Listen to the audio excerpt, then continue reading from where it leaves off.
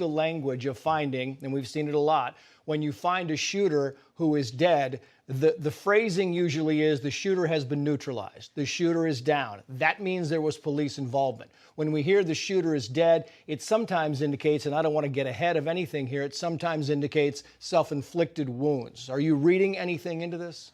Well, from my perspective, it would be very hard to believe that law enforcement would not be able to triangulate this suspect and locate him and confront him in the number of minutes and hours that have passed since the first shooting.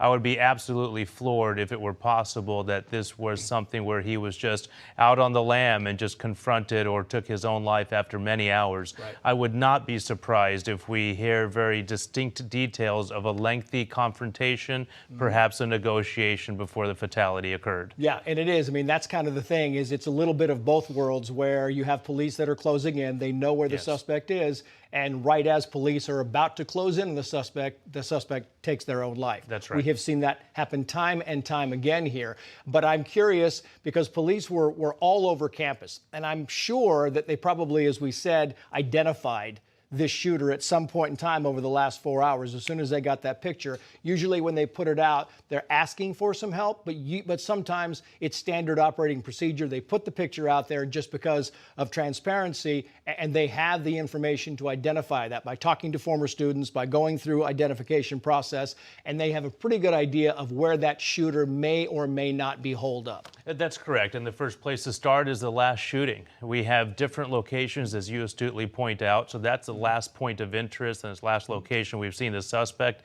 From that point, knowing that it was not just one location or one cafeteria or one gathering area, there's movement that can then be used to predict where that